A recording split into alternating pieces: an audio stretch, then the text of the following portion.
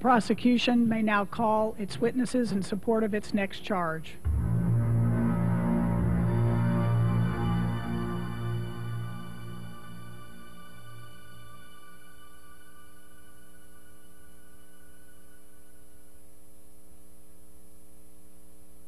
Lifting the ban on gays in the military will be yet another step down the path of serious moral decline, which threatens the life of our nation. Honorable and decent men and women in the military should never be forced to shower, share latrines, and bunker with homosexuals who find them sexually attractive, not to mention the devastating effect this would have on the morale of our troops.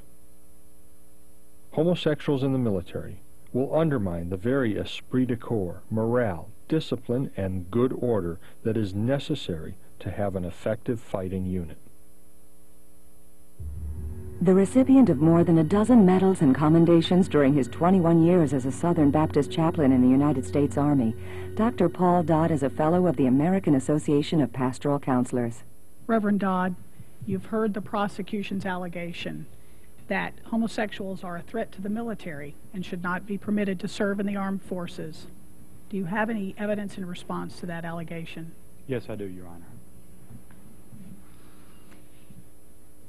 I'm here to tell you as an eyewitness from first-hand experience that gays and lesbians serve every branch of our military and in every rank with courage and commitment. I was a Southern Baptist chaplain on active duty in the Army for 21 years and for 10 more years in the Army Reserve and National Guard. When I retired in the summer of 1998, I was one of the Southern Baptist most senior military chaplains and command chaplain of a major Army command. And yes, I'm gay, but only one of countless thousands of gays and lesbians who have served and continue to serve our military with distinction and honor. Some political and military leaders would have you to believe that only heterosexuals are fit for military duty. They contend that gays and lesbians as a category are somehow seriously impaired and seriously impair good order and discipline and morale. Well, that's just not true. The arguments just don't support that. The treatment of all individuals with respect and dignity is what's essential to good order and morale. The studies are clear. Study after study.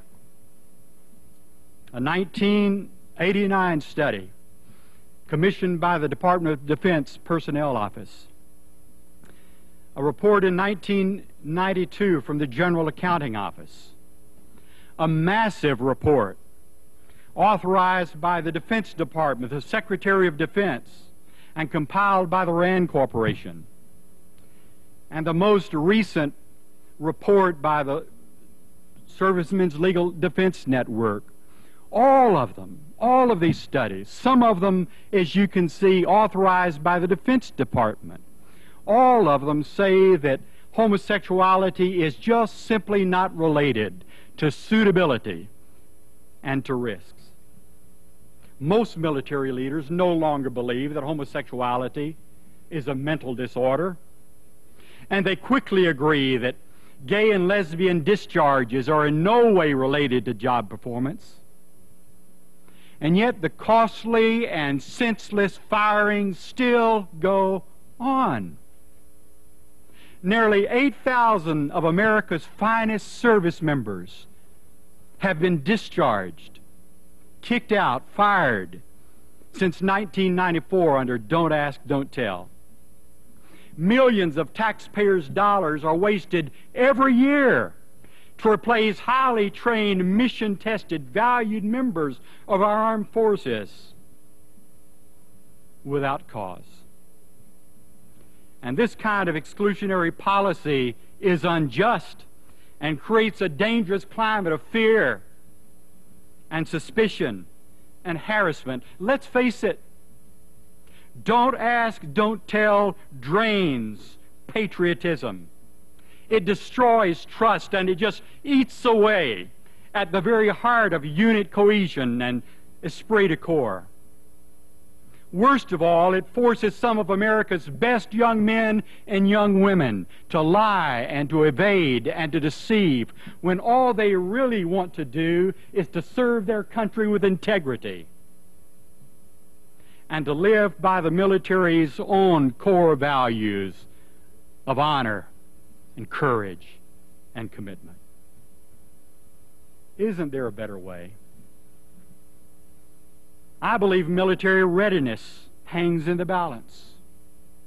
Our brave service members are fighting terrorism in Afghanistan, alongside the troops from Great Britain and Canada, where the gay ban was overturned long ago, as it has in every Western nation. Isn't it time that Americans just begin treating Americans like Americans and honor our soldiers and our sailors and our Marines and our airmen with the honor and dignity and worth that they so rightly deserve?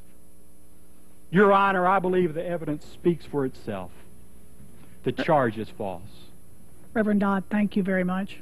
You may be excused. Thank you. The prosecution may present its next charge.